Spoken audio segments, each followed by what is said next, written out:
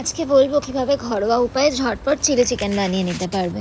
ফার্স্টে চিকেনের কিউব করে রাখা বোনলেস পিসগুলোতে একটা ডিম ভেঙে দিয়েছি, আর 1 চামচ কর্নফ্লাওয়ার দিয়েছি, আর একটুখানি গোলমরিচ আর একটুখানি নুন দিয়ে কিছুক্ষণ মেখে রেখেছিলাম। তারপর তেল গরম হওয়ার পর তার মধ্যে ছেড়ে দিচ্ছি, ভালো করে এগুলোকে ভেজে তুলবো। এতগুলো মাংসের জন্য একটা ডিম দেওয়াই যথেষ্ট। আর খুব মোটা কোট করে যেহেতু কর্নফ্লাওয়ার দেবো না, তাই ওই 1-1.5 চামচ কর্নফ্লাওয়ারই এনাফ।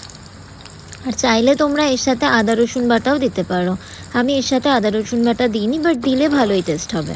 এবার প্রথমে একটু হাই ফ্লেমে ভেজে তারপর ফ্লেমটা একটু লো করে ভাজবে, যাতে মাংসটা ভিতর অবধি ভালো করে সেদ্ধ হয়ে যায়। যদি খুব হাই ফ্লেমে ভাজো তাহলে জাস্ট গাটা বেশি তাড়াতাড়ি ভাজা হয়ে যাবে। আর এরকম বড় বড় করে পেঁয়াজ আর ক্যাপসিকাম কেটে নিয়েছি, যেগুলোকে হালকা করে ভেজে নেবো, একটু ক্রিস্পি রাখবো।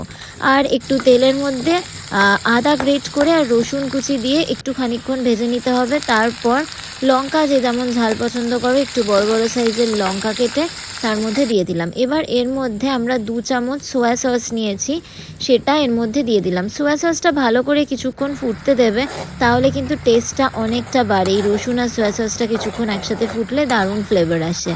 এবার এর মধ্যে বাকি সসগুলো অ্যাড করে দেব। 4 চামচ মতো টমেটো কেচাপ নিয়েছি, আর 1 চামচ নিয়েছিলাম হচ্ছে ওই গ্রিন চিলি সস, একসাথে মিক্স করে দিয়ে দিলাম। এবার এটাও কিছুক্ষণ জ্বালিয়ে নেওয়ার পর আমরা এর মধ্যে ভেজে রাখা মাংসগুলো দিয়ে ভালো করে কষিয়ে নেব, ভালো করে নাড়াবো খানিকক্ষণ।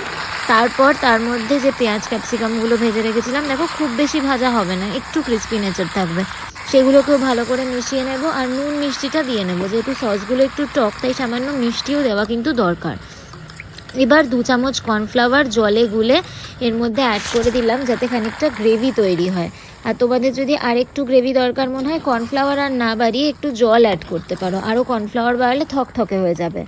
এরপর ভালো করে মিক্স করে নিলাম, নুন মিষ্টিটা চেক করে নিলাম। এরপরে কিছুটা ধনেপাতা ছড়িয়ে দেবো। ধনেপাতা দিলে কিন্তু চিলি চিকেনের বেশ দারুণ টেস্ট আসে, এটা কিন্তু আমার এক্সপিরিয়েন্স, একবার ট্রাই করে দেখো, ভালো টেস্ট আসে। ধনেপাতা দিয়ে বেশিক্ষণ আর গ্যাসের ওপর রাখতে হবে না, একটু মিশিয়ে নেব। তারপর একদম শেষে ড্রাই রোস্ট করে রাখা, মানে শুকনো খোলায় ভেজে রাখা একটু তিল ওপর দিয়ে ছড়িয়ে গ্যাস অফ করে দেবো। ব্যাস, ডান।